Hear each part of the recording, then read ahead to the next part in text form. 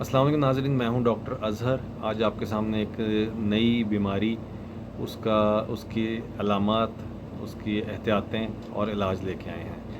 آج کا ہمارا ٹاپک ہے چکر آنا۔ ناظرین، یہ بہت زیادہ عام ہو چکا ہے۔ سب سے پہلے ہمیں یہ پتہ ہونا چاہیے کہ لوگ جب ہمارے پاس آتے ہیں تو یہ کتنی قسموں کی اس میں علامات ہوتی ہیں، اور وہ میں ابھی آپ کو بتاؤں گا، پھر اس کی احتیاطیں اور علاج۔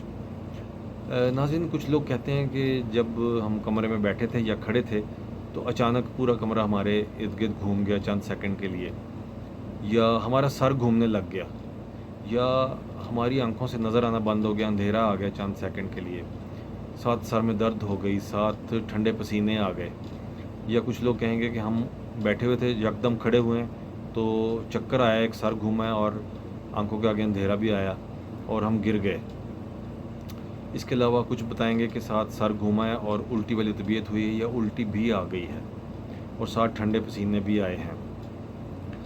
اب اس میں سر درد کی کمپلین بھی ساتھ ہو سکتی ہے کہ سر میں درد ہوا، دو نظر آئیں گے، ایسے بھی کچھ لوگ بتاتے ہیں کہ سر گھوما اور ہمیں دو لوگ نظر آنے لگ گئے ایک کی بجائے۔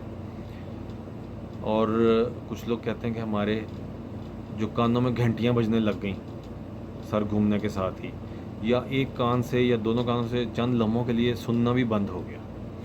ناظرین، یہ ہے کہ لوگ، اب جو کچھ میں نے آپ کو بتایا ہے، اس طرح لوگ پریزنٹ کر سکتے ہیں، یہ ساری علامات ہو سکتی ہیں۔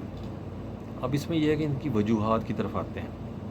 سب سے زیادہ کامن تو پاکستان میں جو بہت زیادہ بتایا جاتا ہے کہ خون کی کمی ہو گئی، کہ لوگوں کے خود بھی ذہن میں یہ بات ہوتی ہے، اور اس میں حقیقت بھی بہت زیادہ ہے، خاص کر عورتوں میں جن میں بہت زیادہ پریگننسیز، 4 5 6 پریگننسیز ہر سال یا 2 سال بعد ہوتی ہیں، یا لوگوں کی خوراک نہیں صحیح، ان کو یہ پتہ نہیں کہ ہم نے کیا کھانا ہے خون بنانے کے لیے۔ خون کی کمی سے واقعی چکر آ سکتے ہیں اور طبیعت خراب ہو سکتی ہے، دل گھبرا سکتا ہے۔ اس کے علاوہ بلڈ پریشر کا لو ہونا اور ہائی ہونا، دونوں صورتوں میں چکر آ سکتے ہیں، لیکن ان کا فرق یہ ہے کہ جب بلڈ پریشر لو ہوتا ہے تو خاص کر بندہ جب بیٹھ کے اٹھتا ہے تو چکر آتا ہے، روٹین میں اتنا نہیں آتا۔ لیکن جو بلڈ پریشر ہائی ہونے کا چکر آتا ہے، اس میں ساتھ سر درد ہو سکتا ہے اور وہ کسی بھی پوزیشن میں آ سکتا ہے۔ پرانی سر پہ چوٹ یا دماغ پہ چوٹ یا سر کی ہڈی فریکچر ہوئی ہو تو کئی سالوں کے بعد جا کے دماغ کے کسی حصے میں اگر سوزش ہو جائے تو وہ بھی چکروں کا سبب بنتی ہے۔ اب کچھ کانوں کی بیماریاں ہیں، جیسے کانوں میں میل بہت زیادہ ہونا، لوگ اپنی صفائی کا خیال نہ رکھیں، یہ بھی ایک وجہ ہے۔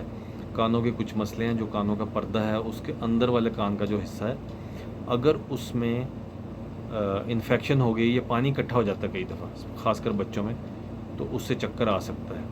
کان کے جو اندر ایک حصہ ہوتا ہے جس کو سیمی سرکولر کینال کہتے ہیں، اگر وہ اس میں سوزش ہو گئی ہے تو بھی آپ کو چکر آ سکتے ہیں، اور خاص کر جب آپ سفر کر رہے ہیں پہاڑوں میں تو بہت زیادہ چکر آئیں گے، یا الٹی بھی آ سکتی ہے، یا الٹی والی طبیعت ہو سکتی ہے۔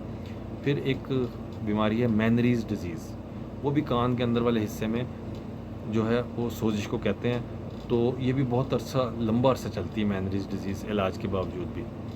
اور ایک بینائن پوزیشنل ورٹائگو بیماری ہے، یہ خود بخود ٹھیک ہو جاتی ہے، یہ بھی کان کے اندر والے حصے میں سوزش کی وجہ سے ہوتی ہے۔ پھر ایک لیبرنتھائٹس ہے، وہ بھی کان کا ایک حصہ ہے، اس میں سوزش ہونے کی وجہ سے یہ جو ہے چکروں کا سبب بن سکتی ہے۔ اب دل کی جو بیماریاں ہیں ان میں بھی کچھ بیماریاں ایسی ہیں جس میں چکر آتے ہیں، مثلاً آپ کا نبض دیکھیں آپ تو اس میں ایک بیٹ مس ہو رہی ہو، ایک آ رہی ہو، یہ چکروں کا سبب بنتی ہے۔ ہارٹ اٹیک جو ہے یہ بھی ایک چکروں کا سبب بن سکتا ہے۔ بہت پرانی بیماریاں جیسے گردوں کا فیل ہونا، کینسر ہو جانا، جگر کا فیل ہونا، یہ بھی چکروں کا ایک بہت بڑا سبب ہے۔ ناظرین، یہ تو تھی کچھ اس کی وجوہات۔ اب آتے ہیں احتیاطوں کی طرف۔ ناظرین، کچھ چیزیں جن کو آپ خود گھر میں مینیج کر سکتے ہیں، جیسے خون کی کمی ہے تو اس کا جا کے ٹیسٹ کروائیں، تو اگر کمی آ رہی ہے تو آپ اس کا علاج بھی کریں اور اپنی خوراک کو بہتر کریں، جیسے پتوں والی سبزیاں ہیں، سیب ہے، انار ہے، اور دودھ ہے، انڈا ہے، اس میں آئرن ہوتا ہے، یہ آپ کھائیں تاکہ خون کی کمی پوری ہو۔ ساتھ جو ہے اپنی جو دوائیاں ہیں وہ کھائیں خون کی کمی کی، اور اس کی وجہ بھی معلوم کرنے کی کوشش کریں کہ یہ خون کی وجہ کیوں ہو گئی، خون کی کمی کی وجہ کیوں ہو گئی۔ تو اب یہ تو ہوئی ایک بات، اور دوسرا اگر کانوں میں میل ہے تو اس کو فوری آپ کسی ENT والے کے پاس، ڈاکٹر کے پاس جا کے اس کو نکلوائیں، اور اگر چکروں کا مسئلہ لمبا چل رہا ہے تو ENT ڈاکٹر کو چیک کروائیں. ENT ڈاکٹر جو ہیں یہی چکروں کے معاملات کو ڈیل کرتے ہیں تاکہ وہ تشخیص کر سکیں کہ یہ چکر کیوں آتے ہیں. اپنی نظر ٹیسٹ کروائیں اگر نظر کمزور ہے، یہ بھی ایک سبب ہے چکروں کا، خاص کر جب آپ سفر کر رہے ہوتے ہیں تو اگر نظر کمزور ہے تو یہ آپ کو چکر آ سکتے ہیں. اگر اینک لگتی ہے تو اینک لگوائیں. آگے جائیں تو ناک کا پرابلم ہوتا ہے، سائنوسائٹس جس کو کہتے ہیں. پرانا سائنوسائٹس چل رہا ہے، ناک میں بلغم، پیچھے گلے میں بھی گر رہی ہے، ناک سے بھی بلغم آتی ہے. یہ ایک بہت بڑی وجہ چکروں کی. اس کا علاج کروائیں، کیونکہ یہ اگر اس کا علاج نہیں کروائیں گے تو یہ سر درد اور چکروں کا پرماننٹ سبب یہ بنا رہتا ہے.